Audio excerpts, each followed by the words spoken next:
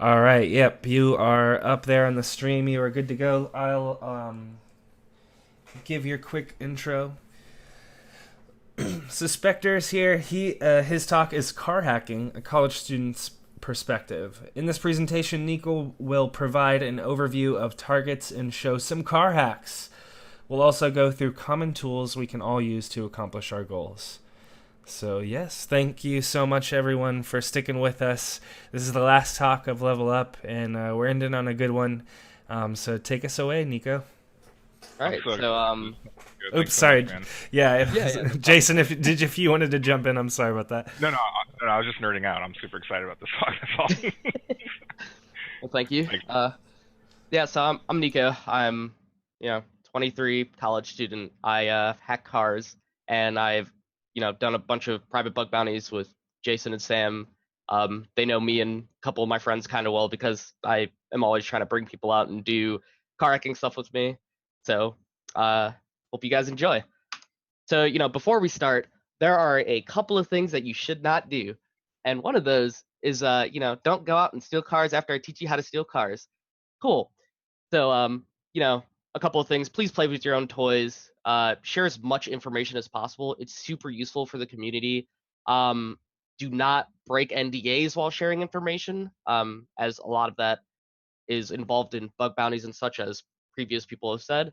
But try to be like as general as possible. Help people reach out. You guys can always reach out to me or a group of my friends. We're always trying to get more people interested in car hacking. It's really fun, and people always come with new and different perspectives, so it's always good to have. And most importantly, have fun while doing it because car hacking is one of the most rewarding experiences you can have. So yeah, a little bit about who I am.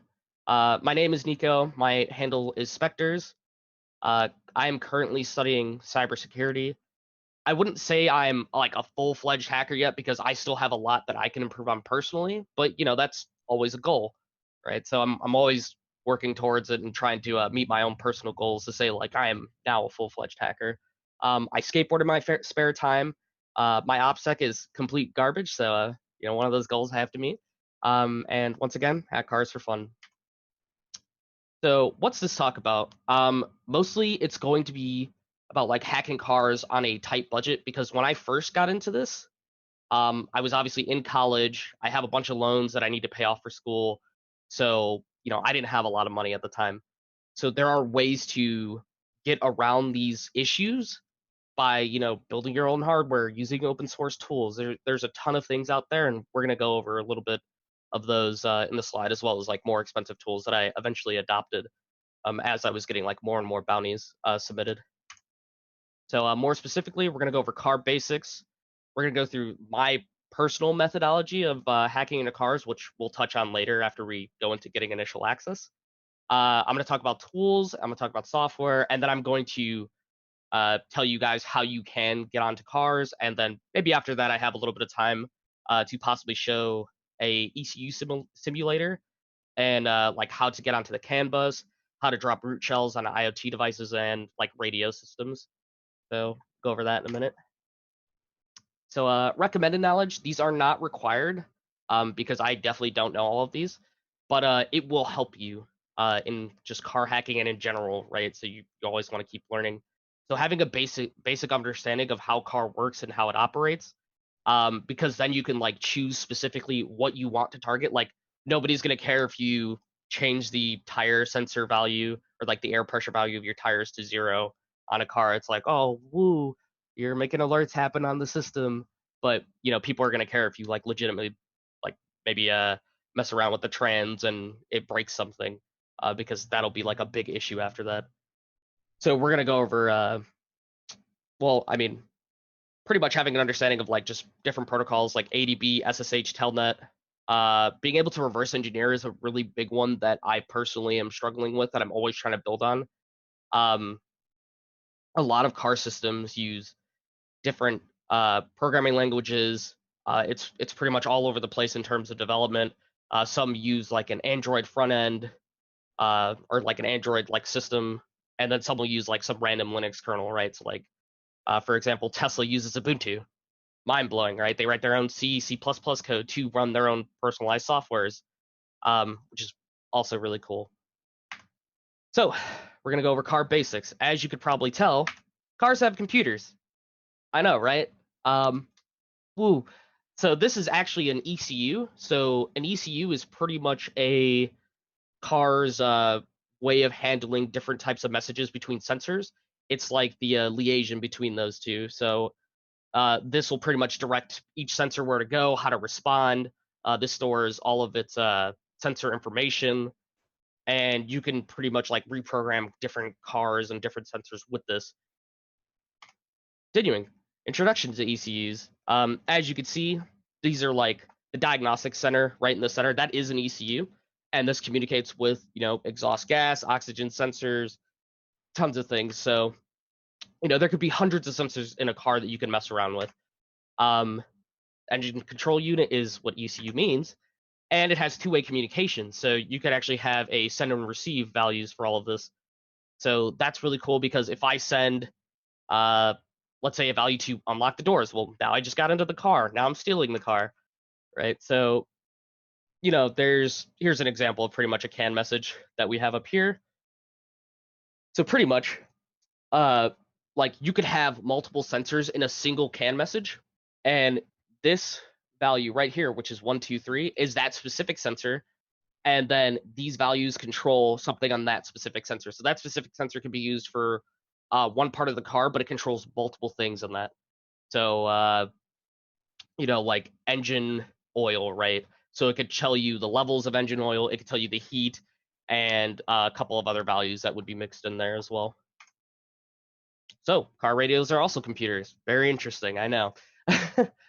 This is actually an Android auto system that I personally want to build, but people have already built out. So really easy to set up. You can buy a Raspberry Pi, you can buy a screen, and you can start practicing, like messing around with some of the like kernel stuff that you could do once you get an initial foothold onto the system.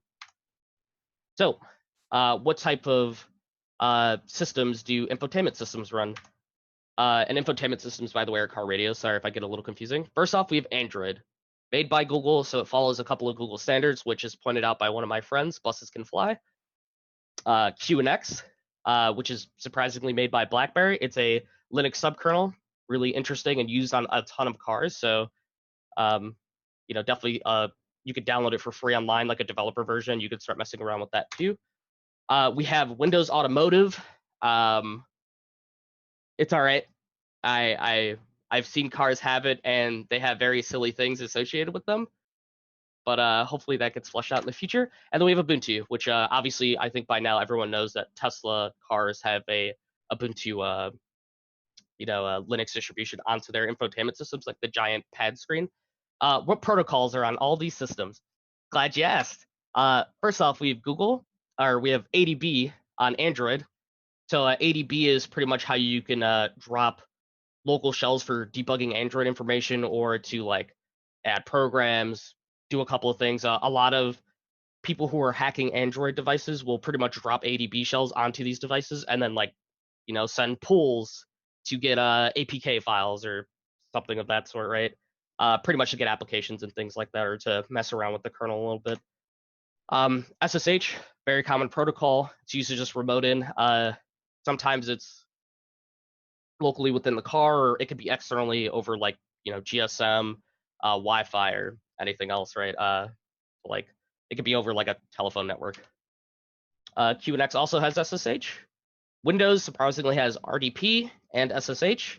Ubuntu has SSH, and obviously everyone's favorite, all of them have Telnet, which is sometimes really ridiculous. It's almost like developers specifically want to pick on security people, and they're like, we're just going to use an outdated version of Telnet, and it's going to drop straight into a root shell, which is something I saw on Twitter recently with another car that had like a Windows distribution on it. So that was also really cool. A couple of the interfaces. So once again, we have Wi-Fi, USB, LTE, GSM, all of these like wireless ways to get into the cars. I've seen stuff over HDMI. I've seen Tesla's own like Ethernet to weird adapter type port. So there's tons of different ways that you could like mess around with the interfaces on cars, and a lot of cars have really interesting things like associated with them. So I've seen examples of interesting interfaces like you could tap a corner of the screen 4 or 5 times and it would open up a shell and it would just give you root access to a car. And like that's something that a lot of vehicle manufacturers are like looking out for now. So you won't see it as much, but these things still exist out in the world. Um, so my methodology. Well, we're going to talk about goals first. So what are some of the goals that you want to accomplish? Um, just kidding. You don't actually want to light a car on fire. But I'm sure if you did, you would make tons of money, like tons of hush money, because they would be like, "Don't tell anyone ever." um, but yeah, so the goal is to either compromise user data. So we pretty much want to like jump onto, let's say, an Android system and start messing around with, the user's personal information, like where they live, where they're going, what are the last 3 places they visited, what's their current GPS location. These are all things you can do inside of some of these radio systems. Is you can totally just like dox that person and find out everything about them. If you could do that remotely, that's like a big deal to a lot of people. Just because like you could start tracking very important people. So another thing is you can try to gain access to one of the many car computers. So getting external access to ECUs or wireless access to ECUs pretty much means that you have a way that you can damage the car. In some cases, there are firewalls that try to prevent this, but if you can circumvent that firewall, that's also another big bounty that like you just got for yourself. So there's a standard out in the U.S. of allowing engineers and like local automotive shops to be able to read data from the ECUs. So this comes with, obviously gains and flaws, right? Like you're letting a ton of people be able to rebuild cars, do everything with cars that they need to, but you're also giving them partial access to the car's computers. And this becomes an issue just like when someone sends an ECU reset to the car. There's some functionality you could lose if somebody's like in the middle of driving, you hack their car radio and you send that message. Um, so it's always really interesting things to look at. So getting remote or local root on an infotainment system, once again, this goes with the other 2 things, which is if you jump onto a radio system to get user data, or if you jump on there to send messages to the car specifically, you're pretty much going to be able to control the car in multiple ways. Excuse me. So if you can find a way to make it easier to steal a car, such as unlocking doors and starting a car, that's also a big deal. A lot of companies will look at that and be like, okay, there's going to be like, big publicity around this, or people are going to start stealing cars in, certain areas, or, all over the place. Or they're just going to do it for fun, right? Like these are things that companies will think about in terms of car hacking. If you can hack or clone key fobs, this is like also a huge deal just because you could potentially clone, or you could like hack the entropy to some key fobs, and you could just start unlocking all the certain like specific cars that were made by this specific company. Also very big deal. You don't want that. So you definitely don't want that information shared. But yeah, so these are some of the goals that, as a hacker myself, I am trying to accomplish while I'm hacking cars. So how do we practice this? It's kind of hard for myself as a college student to be like, hey, I'm just gonna go buy this car and start doing research on it, which that's a legitimate thing that people can do. You can borrow a friend's car. I've had multiple instances so far where I was interested in Tesla hacking, and I had somebody reach out to me that was like, hey, I'm interested in adding these binaries to my Tesla. I will let you hack my car if you can help me try to figure this out. And like dropping root shells on Teslas is cool, and being able to just hack that car is just such a great experience that I can go like use it somewhere else. Obviously you could buy the car. There are researchers that will like legitimately like rent the car, buy the car, park it in their like garage, and then just start like doing stuff on it. I have access to a garage because I'm friends with one of like a local automotive person, so he lets me use his garage to like lift cars, mess around with it sometimes, and then I get to like take that research, go home. Usually I just like read CAN messages and then replay them at home to try to figure out like, which specific CAN messages work with specific sensors and things like that. You can buy parts that you think are exploitable. So, you could buy ECUs online, and you could buy radio infotainment systems online. Just a quick Google search of the specific year, make, and model of the car, and then what part it is, and then you just go on eBay or you go anywhere else and you could just buy it. ECUs usually range like anywhere from 70 to like $300, right? So buying one is a little bit harder, but to circumvent that, you just go to a junkyard. This is my favorite thing to do. You just go to a junkyard and you rip one out, and then you try to convince the person that you're, bartering with, because ECUs aren't a common thing that people just take from junkyards. And you can just like you're like, hey, I'll buy this piece of metal for $20. Try to convince them you're gonna scrap it or something.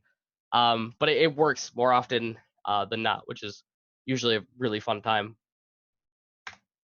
So a couple of the tools we use. There's tons of tools out there. Obviously, I'm not going to mention all of them in this slide. I am going to, however, mention like a couple of cheap ones that I like personally. So just for communicating with the CAN bus or the OBD2 port, we have the CanTech, the Canable, MintyNet, who is another researcher that made his own hardware. If you meet him, I think you can actually just ask him for one of his business cards. He might give you one for free. Might have to convince him. And then he'll tell you how to like create the hardware. Great researcher, great dude, knows what he's doing. ValueCAN is another one. ValueCAN is made mostly for Windows systems, and like they have like other versions of the ValueCAN that can work with like Linux kernels and stuff. But pretty much it's a little bit more expensive, but you get the nice software package with it that pretty much gives you like ease of use, easier functionality, easier setup. It gives you like a whole really nice GUI where you don't have to really type a lot of commands. So if you're trying to get maybe like an introduction to car hacking, I know that Intrepid Systems goes to DEF CON and they reduce the price of their ValueCAN stuff. So you can go and like buy one there, or you can go to a local con maybe that Intrepid's at and try to buy one off of them. Other than that, on the website, it's listed for $150 and up, depending on which version you get. And they're really good. I personally use one. I like it a lot. The new USB to CAN is out actually too. So it's $69. I bought one recently and I really like it. It works well. Once again, just some of these things are a little bit expensive. If you're really just trying to get an introduction to car hacking and you kind of just want to like read messages from a car and maybe mess around with it a little bit, I would really suggest the Canable. Very small, very lightweight, very easy setup. Gives you the whole guide online, and everything about it is super simple.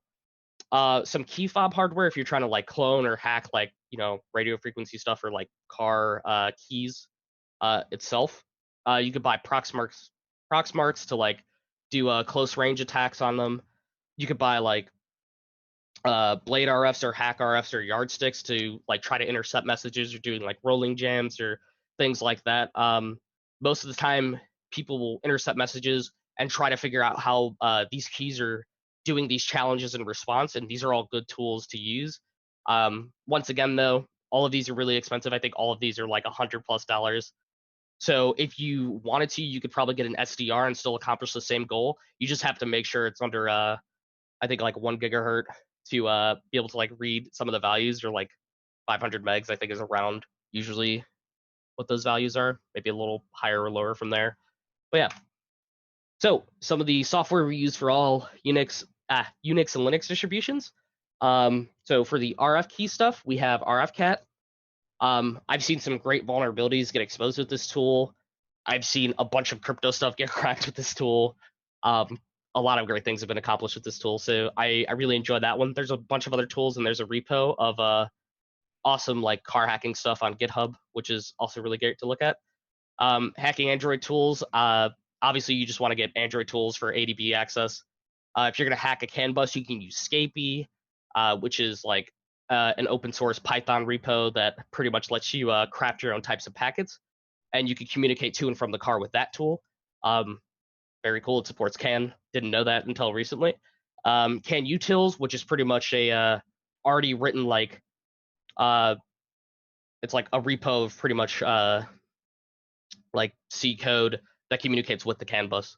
So you have like CAN dump, which will display a bunch of things. CAN player, which can actually replay log files from CAN dump specifically.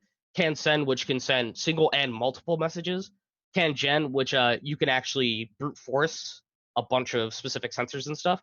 CAN Sniffer, which gives you a nice like display to view all these messages. So to get to pretty much set up, we have socket CAN and SL CAN, which is dependencies that you're going to need. So you need the daemon for some CAN interfaces and stuff, which comes with CAN utils. I think it just comes precompiled in the same package once you set it up. So software for Windows. Once again, you have RFCat because it's open source. It should work on both. May take a little bit more setup. You have Cantact, the application, which is a pre-built application that you just download on your computer and then you use it to communicate with stuff. CAN utils, once again, which has all those other C code tools. Wireshark actually reads CAN stuff as well because it communicates over serial. So and you can plug right into USB. You can also download ADB for Windows computers, giving you shells that you can drop onto Android systems. We have Vehicle Spy, which is like the really nice version that Intrepid owns. And this is like a free trial for it pretty much, but this is one of the easier systems. So if you had more money and you wanted to car hack a little bit easier, replay messages easier and stuff, you have Vehicle Spy that you can pretty much use. Once again, cost comes with ease of use, right? So then we have Scapy again, which you can craft your own messages and just communicate with things. So what I carry on me personally, I have a value CAN for Windows with Vehicle Spy. I think I have version 4. So it specifically only works for Windows. I have not figured out how to set up the Linux driver that they had for it. I think it is online. Gonna have to ask somebody later. Canable, once again, this was like my quick, easy introduction to car hacking with that. Especially when I like wanted to switch over to more open source tools. I use that. MintyNet's NanoCAN, and he has another tool, but the ESP like 32 CAN communication device, which is listed on the right. So those are some pictures of that tool. I carry a USB 2.0 cable, Type A to Type A. And pretty much that's just like if cars have USB, there's some cases where you plug into that USB and it'll like trying to assign you an IP, or it has a shell that you could run through ADB. Tons of different things that you can do just to get onto systems. So I also have USB to Ethernet, which once again, surprisingly, some cars have IPs being assigned over USB stuff. So once you connect up to it, it just you can like scan a bunch of stuff and then try to drop shells. So I also carry a logic analyzer. There's a couple online that are really cheap, only like a couple of dollars. Let's see, which one do I have? Oh, it's in Chinese. Pretty much I like went on eBay or like Alibaba and bought mine. I think I ordered mine for $8. It was $2 shipping and handling, so anywhere from $10 to $15 in total. Really good tool, really good to have. I really want to get a Saley one, but just not willing to spend that much. I carry soldering iron. I carry pins, wires, solder, obviously, and then I carry UART to USB, which is used for hardware hacking. And then I also carry 2 laptops, one Linux and one Windows. I specifically use Parrot OS because it just comes with all the tools that I need for car hacking precompiled. But I have also used like Pen 2 in the past, which is a Gen 2 security distribution. I just like hated my life when I tried to compile anything else, especially drivers, so I stopped using it. So some of the CAN bus basics. So pretty much we have DW CAN, which is a dual wire CAN. So essentially what we're going to do is we're going to take 2 wires, we're going to plug them into specific ports, and that should give us CAN messages. So as you can see, ISO 15765 -4 is pretty much the CAN high, CAN low ports, which is used on most vehicles. So essentially you could just take 2 wires, you can plug them in, and then you can start, doing enumeration. You can get a logic analyzer and analyze some of the CAN messages on there, which is really cool. And then these are just like graphs explaining how they work. There's a lot of things involved with CAN, and there's a lot of different ways that it communicates. So don't take this graph and like think it's just going to work instantly. Some cars have security systems in place to try to prevent you sending TX messages, right? Which is transmit messages, or some cars will have specific like values you'll need to send just to receive messages, right? So this one gets a little bit more complicated. These are pretty much the structure of CAN messages. So here in the top right image on the left side, we have first off the start of the frame, which is almost always going to start with a 0. And then we have the arbitration field. The arbitration field is pretty much like a sensor ID. So essentially, when we go into the arbitration field and we're looking at it, we add up these ones and zeros, and we come back with a specific sensor that can control, who knows what, unless it's listed somewhere in documents. After that, we have RTR, which is a remote transmission request, which I personally haven't used, and that's usually always set to 0 for me as well. But there are cases where you can use them, and that's listed in like CSS Electronics, or you can go to SAE's website and read the standard for those. We have control fields, which pretty much just tells you like the length of the message that you're about to get or send. We have the data field, which is all your sensor values. So like if you had FF, which is 255, you're pretty much telling a specific sensor to go to max value or to do something specific, right? And most of the time when ECUs are programmed, they're usually programmed to do like a greater than X value, or they're programmed to meet a specific value.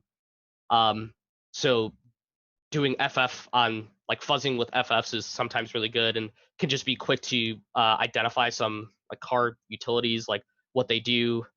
And I personally use it to like find out which one is going to be like unlocking the door, which is usually 1C0.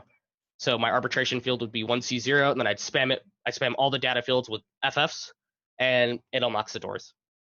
And then after that, we just have the normal like acknowledge field, end of frame field, and the communication fields. So yeah, and then down here in the bottom left, we have 29-bit messages, which are longer sensor IDs but shorter data fields, or the same length data fields but just longer sensor IDs. So you could pretty much add a ton more sensors in a car with these. So these are both standards under SAE 9141, I believe. So CAN is used in a ton of things. I have some of them listed above, but most of the ones I use obviously are car OBD2 ports, CAN FD. I have actually seen a lot of construction devices have CAN messages on them. And I've also seen hospital devices use CAN messages, which is kind of crazy to me. So CAN is used on just tons of different machinery, which is really cool. So getting initial access to a car. Once again, we're gonna want to start from the outside and make our way into the car, right? So the first thing that people are usually gonna think of is the key fob. Or like, I want to be able to unlock the door with the key fob, and I want to be able to get access to the car. Well, there's already great research done on that, and I've seen it done. I personally don't do a lot of RF stuff, but I'm trying to learn currently. But you obviously need like good crypto skills.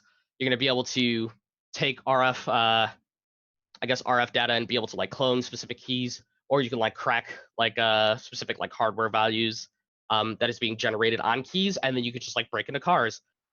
So in one of the Tesla examples, which is like the Tesla key fob hack, we actually have Leonard who's walking by, and he takes a Proxmark and he clones somebody's ID. Then he goes back to the car, and then he uses that to pretty much unlock the car, take it, and steal it, which is really awesome. It was like my first time seeing it. I thought it was the coolest thing in the world. You can find that online. Websites listed below, obviously. And there's a lot of great research that Leonard puts into that. So I would definitely defer to him on any of the key fob car hacking stuff. So what types of car sensors do we have? So externally to the vehicle, we will have pretty much like LiDAR, or we'll have like some weird infrared camera that like guides the car in specific directions and stuff. Or we have like car tire sensors that we can get access to the vehicle with. Finding like external parts of the car and making your way in is really interesting, just because like I could grab a car tire sensor and I can plug directly into that, and then I can unlock the doors. I can start the car. Maybe I could drive the car away. Usually like there's immobilizers in place for that, but all of these things are possible. If I can get access to the inside of the car and unlock the doors, I can pop the hood, I can replace the ECU, I can take the car away. Like these are all things that matter, but I won't be affecting multiple cars at once. So one of the big things in bug bounties that's kind of shifting towards, I think, a better change is, instead of affecting a single car, you affect like hundreds of cars or thousands of cars. So you have like other sensors on the back, like parking sensors. Tesla has like guidance sensors on the front to like steer people. I've seen there was an example of somebody placing stickers on the ground and pretty much making a Tesla like able to like drive off a road, or it was like identifying it as something as like a specific object that it needed to avoid. Also very interesting. And then we have like cars with once again like different types of radars, GPS, lidar. There's sometimes cameras that are external, but that one specifically had an internal camera. But yeah, these are one of the things you could try to get access to just to get inside of the car. So next we have the OBD2 port. When we get inside of the car, pretty much the first place you're going to go and you're going to want to look at is the OBD2 port. Why? Because you can pretty much enumerate every possible value in OBD2 or in these CAN messages, and you can try to identify all the different types of sensors, what they do, how they do it, things like that. So this is just a quick slide on like setting up CAN bus hacking hardware. I'm not going to go over it, but I have it in the slides just so when people go back and download it. Yeah. So here's an example of some CAN messages. So once again, we have our arbitration IDs, which is like 111 right at the top. The length is 8. And these are some of the values, right? So essentially like, so 1C0 is a good one. 1C0 is usually used to unlock and lock and unlock doors. And I always find that value is like spread across a lot of cars. I think it like involves like specific standards probably or whatever it may be. But if you send value like for I don't know, like 4A, the car doors will lock. If you send 4C, the car doors will unlock, right? So essentially you're just going through and like fuzzing all of these. So once again, just spamming FF on these two, which these are all hex. So, or you can do it in binary as well. Spamming like a value larger than a specific value may activate some functionality in the car, or you have to meet a specific value, which just requires a little bit of brute forcing, which these CAN messages literally communicate at like 25 milliseconds or 250 milliseconds. So you have a lot of time. This top one is actually Vehicle Spy, and this is Intrepid's like specific system. So it pretty much gives you like everything you need to know. I actually handmade all of these TX messages a couple nights ago, and I just wanted to kind of give you like a visualization of what this tool looks like. At the bottom, we have CAN dump, which once again is another tool that's used on Linux instead. And you have the ARB IDs, which are the sensor IDs, and then you have the length of the messages, and then you have the specific messages themselves. So very interesting slide to look at. Definitely go out and try the tools yourself. Always really good. So getting initial access to the infotainment system. So this image actually, I thought I had the source under it, but apparently it kind of moved. This is the Ubuntu system that's on the Tesla cars. Very cool. Somebody actually dropped a root shell, and we got these images and stuff, and we were pretty much able to look at it. I believe the way they dropped the shell too was just connecting that like specific Ethernet cable, and then like their weird like interface cable that comes out to Ethernet, and connecting their computer, running a scan on it, and then found some open ports that they eventually ended up exploiting.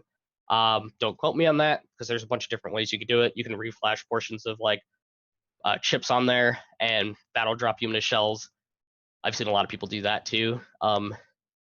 Also really good way to get initial access. So if we go back to this slide, we pretty much have all these protocols once again. Let's try to keep this in mind when we go into like those infotainment systems if we're trying to get initial access, right? Like we should be doing the normal steps that it takes to get initial access to a computer, right?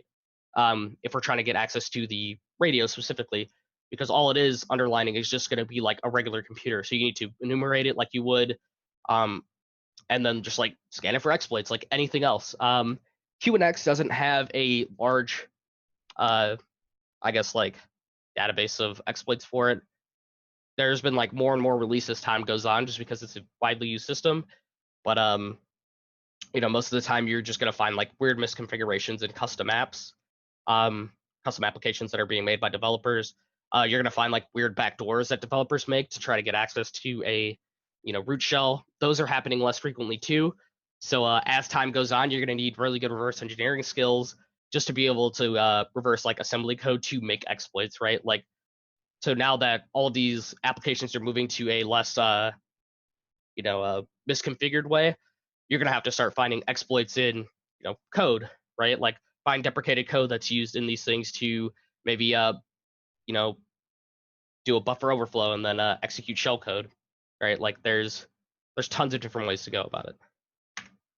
And if all else fails, you pretty much have once again your hardware hacking skills.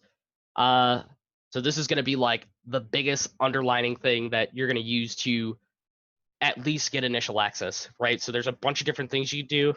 UART and JTAG are still two big things that can drop you into at least user shells. I've seen cases where I've like gone to a radio system, I got a UART shell on it, and then it was a root shell. And it was like, oh, well, that just gave me access to literally everything I wanted. And then from there, we're pretty much, once again, downloading custom apps, reversing them, seeing how we could affect more than one specific system. How can I reach out to backend databases that this is communicating with? How can I still use your data? All things to keep in mind, right? So to do this, essentially all you need is like 4 pins, and you would solder them to either here or here, and just see what data comes out. So I'd use like a logic analyzer before just like plugging directly into it, and maybe this will like drop you into a shell. So there's great resources online. devttys0.com is one of them that just teaches you how to reverse serial ports. This one's like very basic and just in terms of like this drops a UART shell, this will drop you into a root shell, and you're done, right? Whereas like there's some things where you drop into a shell and you'll have to get the whatever the device is to start rebooting, and then you kill the boot process, or you like interrupt the boot process somehow by either shorting out some pins or spamming Control C or Control Z, which is very common. Like those things will literally drop you into shells as well. So like IoT hacking pretty much applies to car hacking in itself, just to get like initial access onto the radio system, and then to later like enumerate all the different processes, all the different files that are on that system, and to go back and pretty much be able to exploit those things remotely, right? So like this isn't going to be a big bounty value, because like if you drop a hardware hacking, like if you drop a UART shell onto a radio system, anyone's just going to be like, okay, well, you need physical access to do that. But for an example, attacker is going to buy this radio system, take it home, drop a UART shell, take all of those files, and then make exploits for all of the custom applications running on this. They're going to enumerate services. They're going to see if this communicates with GSM at all. They're going to see if this firmware is vulnerable. There's just a tons of things you can do once you get this, but this itself is not worth any value, right? In terms of like monetary value. If you submitted this as a vuln, that's great. It helps the automotive manufacturer identify their process in terms of like shipping these things out and not like fusing these specific UART ports or serial ports or anything. So still reporting these are great for people to know, and like you at least get credit for it. And then you get a little bit of satisfaction knowing that you could still do this, and you could pretty much take this and enumerate everything else, right? So other things I've seen people do is like remove Flash. I've seen people like reprogram Flash. Oh my God. Some people are crazy. Like they will literally take some of the chips off and then just start reading directly off of them. Very cool, very interesting. I've been part of a process once where we did that and we bricked something. I've also seen the process of somebody just literally touching, like putting a piece of metal between 2 pins, like a coin, and it dropped them into a shell. Like mind-blowing stuff. So those are some of the ways to get like initial access.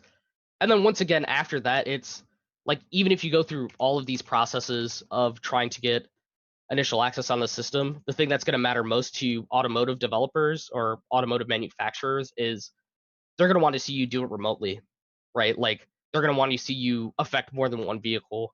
They're going to like these things are going to only start increasing as time goes on. And then once we start implementing, vehicle to vehicle communication or vehicle to emergency vehicle communication, they're going to want to see people start hacking that stuff, right? Like they're going to want to see multiple vehicles get hacked, or they're going to want to see an exploit that's able to stop these types of communications, right? Because I think it's VDE. So vehicle to like emergency vehicle communication, if that gets cut off, then there's an issue, right? Like somebody could potentially die, which is something a lot of people would be worried about. So just keeping that stuff in mind is always good. And then seeing like where the future is headed, there's going to be a lot more of just like doing stuff remotely, or like versus like doing stuff locally on a car. Because if you can affect more than one vehicle, that's really important. If you can track people remotely, that's really important. A lot of car companies definitely do not want that. Whereas like, if you can pull out a radio system and hack it, once again, like that's not something as valuable to them. But once again, good enumeration step, really would suggest it. Very easy to do, very easy to learn as well. There's a lot more advanced stuff you can do with it as well. Quick shout outs. So these are all my friends that I work with. Love all of them. Some of the people in the Thug Crowd group, actually pretty much everyone in the Thug Crowd group, very great community to talk with. I've learned so much from this community. They have given so much to me in terms of knowledge and like resources that I can use that I will probably never be able to repay them. So I'm doing a shout out for them. Once again, I like, if not, Pike does radio frequency stuff or RF hacking stuff, and he pretty much can tell you how to get a ham radio license. Shell does red team pen testing stuff. Not Dan does a ton of awesome research stuff. Net Spooky does a ton of reverse engineering stuff. Same with RQU and Buses Can Fly. Buses Can Fly does car hacking stuff. RQU does car hacking stuff. There's a ton of people out there that you can communicate with, and they're like more than willing to help and talk to you. Leonard and Minty, also people mentioned in the slides. They create hardware. They create a bunch of different exploits for cars too. And then Jaku is just one of like a personal friend. He pretty much got me the contact with like a person who owned a Tesla, and I was able to hack it. So, and I'm like still meeting up with this person, trying to hack their car pretty much. So great times. Pretty much everything else locally. SAE, if you are in college, I highly recommend you sign up for SAE. Pretty much they teach you how to hack in the cars, and they allow people from I think around the world to pretty much they like pay for your flight, or you could like I think it's like a scholarship system. So you sign up for a scholarship, you fly out to Michigan, a bunch of automotive manufacturers come out and they let you hack cars. They teach you how to hack cars. They have trainings. The knowledge I've only been car hacking for 1 year, but the amount of knowledge that I gained from SAE is just amazing. The gentleman that actually taught me below is this picture here. That's Decker. He actually was on a History Channel series called Forged with Fire, like where he made like old medieval weapons, which is really cool. And then obviously like shout out to Bug Crowd. I could not have gotten into car hacking as much as I did without them pretty much accepting my random reach out of, hey, I want to hack cars. I want to try a bug bounty and hack cars. Will you let me try? And then I found something, and lo and behold, they were like, you should come out more. You should come hang out. You're a really cool dude. And I really love Bug Crowd. They've really helped me out in just a bunch of ways. My local DEF CON group, I present car hacking stuff there. I'm, trying to present more, trying to reach out more. I really want to give back, just because of how many people have helped me. And then once again, Thug Crowd, we have a Twitter. So, follow, sub, whatever else, gang stuff. And then if you like the images, I actually got the images from a artist that was online. I really loved his artwork. So all of the background images and pretty much like all the really nice ones were made by this artist. He actually does create his own content. He's also a photographer. He loves teaching. He loves giving back to the community. From what I can tell, he seems like an awesome dude. So, I reached out to him and I asked for his artwork. So that's pretty much it. I was trying to do like a full knowledge dump of everything I had. Does anyone have any questions? No big deal. Like I said, if you guys want to reach out to me, my personal information is @_specters_ on Twitter. Um, and yeah, that's pretty much the best way to reach out to me. I'm also in the Bug Crowd researcher, the Bug Crowd community Discord channel. So I'm at Lame. So yeah, I'm also on there. So you can always reach out to me as well. Great. Well, thank you so much, Nico. I know the bits that people did see, because the stream was up for most of it, but it would every once in a while kind of spits and sputter or whatever, I guess, on the YouTube side. But people were giving you good feedback, so I appreciate it. And we will have I have a full locally recorded version that's going to be uploaded in the next couple days. Yeah, for sure. So, like I said, if anyone wants to reach out, feel free. Thank you, Sam. Thanks, Haddix. I really appreciate you guys inviting me to this stuff. I need to like start doing this more. It's all good. We So- really appreciate you sharing your knowledge and giving back. Like you said, a lot of people help us get to where we are, and it's great that you're able to kind of turn that back around and help others, bring them up to where you're at. So thank you. Yeah, no problem. Anytime.